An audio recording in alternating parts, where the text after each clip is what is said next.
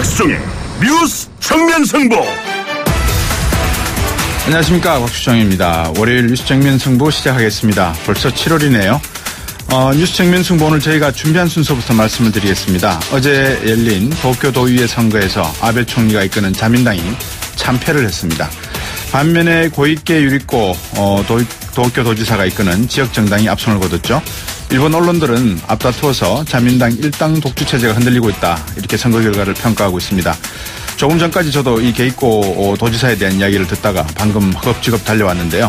일부에서 와세다 대학교 이정원 교수 전화 연결해서 일본의 정치 지형의 변화 가능성 짚어보도록 하고, 한미 정상회담 이후에 한일 관계 어떠할지 전망해 보도록 하겠습니다.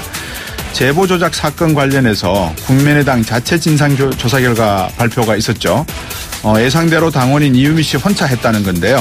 안철수 전 대표는 조작 사실을 알지 못했다는 결론입니다. 중요한 게 이게 아니었죠. 누가 책임을 지고 누가 떳떳하게 국민들에게 사과를 하느냐, 이것이 더 본질이 아니었을까요? 2부에서 국민의당 이상돈 의원 전화 연결해서 입장 듣겠습니다.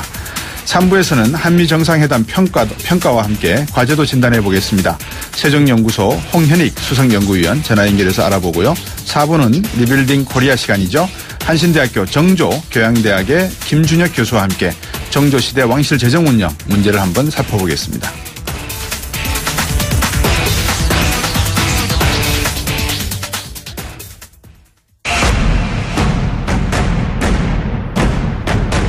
박수종의 뉴스 정면 승부. 네, 우리나라도 그렇지만 최근 들어서 전 세계적인 어떤 정치 지형의 변화가 상당한 어떤 메시지를 담고 있는 듯한 그런 모습입니다. 어제 열린 도쿄도의회 선거에서도 일본 아베 총리가 이끄는 자민당이 참패를 했답니다. 신당인 고이케 유리코가 압승을 했는데요. 최초의 여성 도지사죠. 한때는 TV의 앵커로도 활약을 했던 여성분입니다. 가장 강력한 아베 대항마로 지금 평가받고 있다는 이야기인데요. 일본 현지에 계신 와세다 대학교 이정원 교수 전화 연결해서 말씀 들어보겠습니다. 안녕하십니까, 교수님? 네, 안녕하세요. 예, 이번 도쿄도의회 선거에서 아베 총리의 자민당이 참패를 했습니다. 현재 분위기는 어떻고 어떻게 해석이 되고 있습니까? 글쎄요, 워낙 예상 자민당이 고전할 거라고 예상은 했지만, 네, 기록적인 패배거든요. 예상은 네, 훨씬 뛰어넘는. 그렇기 네, 때문에 여기 미디어들도 전부 다 어떤 역사적인 패배, 기록적인 패배, 그렇게들 크게 다루면서 아마 가장 큰 관심은 이게 동경도의원 지방선거이긴 하지만 이 국정에 상당히 영향을 미치기 때문에 네, 이 아베 그동안 일강 체제라고 얘기를 해왔는데 네, 그 아베 정권에 상당한 타격을 주고 정권 내부 앞으로 아베 총리의 장기 집권 가능성에도 큰 영향을 주는 거 아닌가, 그런 네, 부분이 집중적으로 논의가 되고 있습니다. 예, 이번 패배의 원인이 어디 있다고 나중에 여쭤보기도 하겠지만 간단하게 한번 본질을 짚어주신다면 한마디로 하면 최근에 특히 올해 들어와서 아베 총리가 벌써 한 집권 4, 5년 되고 장기 집권 경향도 좀 생기고 네, 또 야당이 워낙 약하기 때문에 대항하는 사람들이 없었거든요. 네, 그런 것 때문에 약간 좀 자만심, 교만심 같은 것도 있고 해서 네, 법률을 통과시킨다든가 문제가 되는 것들이 많은 저희 그 공모법이라고 있었는데 그런 것들을 힘으로 밀고 나갔거든요. 네, 의석이 3분의 2가 가까이 되니까 네, 그런 어떤 좀 강압적인 힘으로 밀어붙이는 부분들이 상당히 많았어요. 그리고 여러 가지 네, 스캔들 같은 게 나왔는데 그것도 명확히 설명도 하지 않고 그냥 힘으로 눌러버리는 그런 것들이 여론에 상당히 충격을 준 것 같아요. 그렇군요. 아베는 어떻게 반응했습니까? 아베 총리는?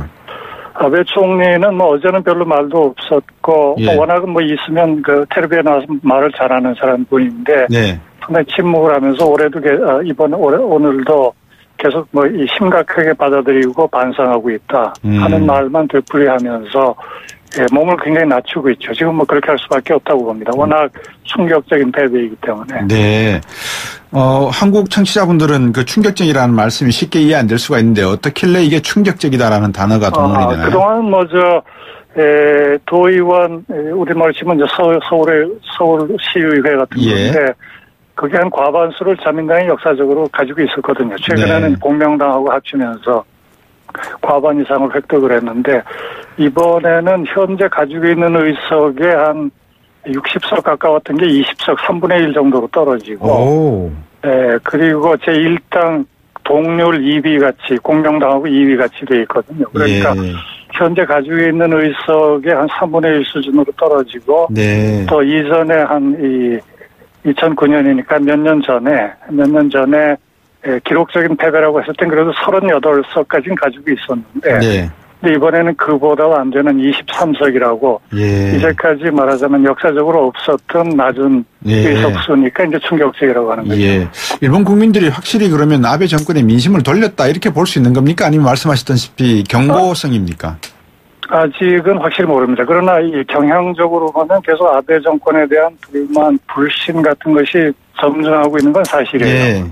근데 그동안은 말하자면 야당, 특히 민진당이 워낙 질이 멸렬하기 때문에 그 반발표가 잘 결집이 안 됐는데 이번에는 그 고이케라는 어떤 상당히 우파고 우익이지만 개혁적인 거를 동경도지사 작년서부터 하면서 보여주고 하는 어떤 인물이 나타나니까 그쪽으로 급속히 결집이 된 것이 이번에 나타난 거죠. 그러니까 어떻게 보면 고이케 현상이라는 면이 있긴 하지만 아베 총리의 어떤 이 정치 기반 이것이 상당히 약체화돼 온 흐름을 반영을 하고 더욱더 약체화될 가능성은 있다. 그렇게 봅니다.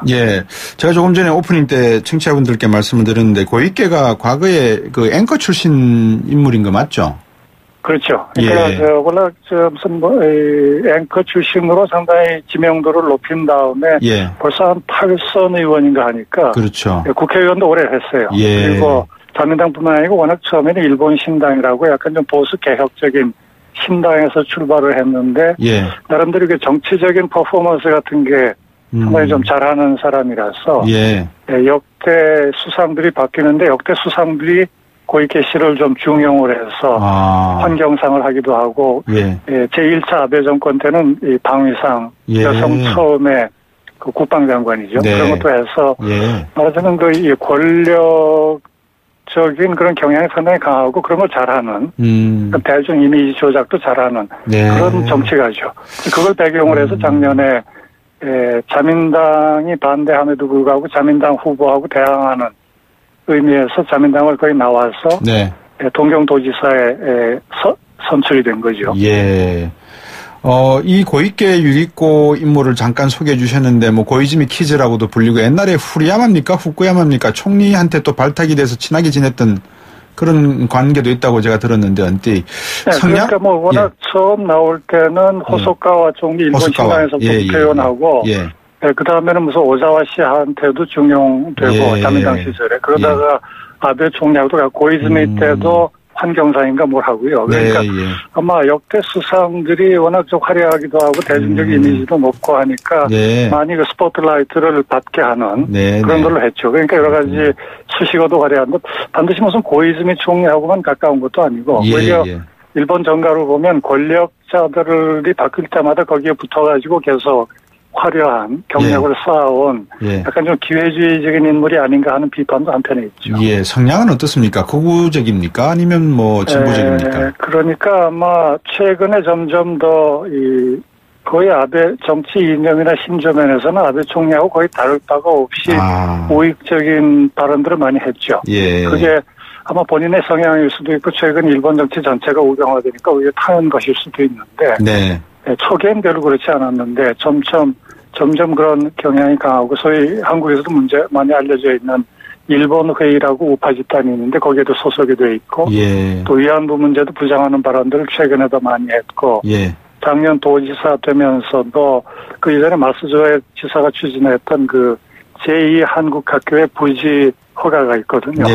그거를 백지화하기도 하고 해서 그리고 또 혐한 헤이트 스피치 하는 단체, 혐한 단체하고도 관계가 있다는 설이 나오고 그래서 성향이 점점 더 우리말로 하면 상당히 우파적인, 극우적인 성향이 점점 더 표면화되고 있는 그런 정치가이긴 합니다.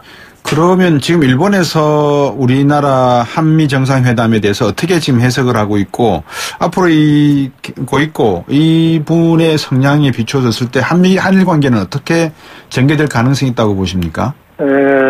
그러니까 먼저 한미 정상회담에 관해서는 일본에서는 오히려 한국의 문재인 신정권이 예. 특히 그 대북 관계에 독자적인 행보를 하지 않는가 하는데 경계감이 워낙 강하니까 예. 그런 관점에서의 보도가 많았죠. 그러니까 대북 정책이 네. 아무래도 이제 미국하고 협조하는 방향으로 가는 걸로 많이들 중점적으로 보도를 하고 했으니까 예. 뭐 그런 관심들이 강한 것 같고요. 예. 그리고 고이케 씨가 아마 정치적으로 부상을 하면 아베 총리의 장기 집권 내년까지 일단 총재 임기가 있고 네. 선거도 내년까지는 안 해도 되는데 예. 그러나 아베 총리의 정치적 입지가 점점 약화되면서 고이케가 등장할 가능성은 있죠. 그러나 당장 고이케 유리코 지사가 수상이 될 수 있는 건 아니고 네네. 현재는 동경도지사니까 네. 올해나 내년에 혹시 있다 그러면 중의원 선거 예. 선거에 나와야 되거든요. 예, 왜냐하면 수상이 되려면 국회의원이 돼야 되니까. 네네. 그러니까 뭐 당장 되는 것은 아닌데 네. 우선의 영향은 아마 아베 총리의 행보나 기반이 상당히 제약을 받게 될 것 같다. 네. 그래서 당장 고이케시로 가는 건 아니지만 자민당 내에 어떤 반아베 움직임이 예. 상당히 활발하게 될 가능성이 짙다 하는 게 현재로서는 가능성이 높죠. 예. 그렇지만 앞으로 일본의 그 정치적 성향 또 국민들의 성향을 놓고 보면 경제가 늘 침체했기 때문에 이 보수화될 성향이 가능성이 더 높다고 판단을 한다면 한일 관계 또 한중일 관계에 있어서 일본이 한국을 돕고 한국과 같이 공조하기보다도 한국에 오히려 조금 걸림돌이 될 가능성은 있지 않을까 하는 생각이 들거든요. 북핵 문제로. 그러니까 뭐 전체적인 구조로 보면 지금 네. 말씀하신 대로 꼭 현재 아베 총리 때문에 여러 가지 문제가 마찰이 많이 생기고 하지만 네. 아베 총리가 만약에 퇴진을 하더라도 네. 아마 중장기적으로 일본의 보수화는 구조적으로 진행이 되는 것 같아요. 네. 그렇기 때문에 아마 한국과는 예컨대 대북 정책도 그렇고 예. 여러 가지 마찰 같은 것이 역사 네. 문제도 그렇고요. 예. 그러니까 마찰이 쉽게 없어지지는 않을 것 같습니다. 예. 그러니까 오히려 이렇게 우경화하는 일본을 그러나 한국 입장에서는 경제나 이 대북이나 예. 정책 면에서 어느 정도의 협력이 필요하기 때문에 네. 그런 보수화하는 일본을 어떻게 어떤 관계를 가지면서 네. 우리 목적으로 끌어들이면서 예. 해야 되는지를 더 고민을 해야 되는 예. 아마 그런 상황이 더 계속될 것 같습니다. 예, 앞으로 자주 우리 이종훈 교수님과 전화 연결해서 일본 소식도 한번 여쭤보고 한국 정치와 미국 정치를 어떻게 일본이 보는지도 여쭤보도록 하겠습니다. 오늘 말씀 잘 들었습니다. 감사합니다. 네, 감사합니다. 네, 이종훈 일본 와세다 대학교 교수였습니다. 예, 2부에서 뵙겠습니다.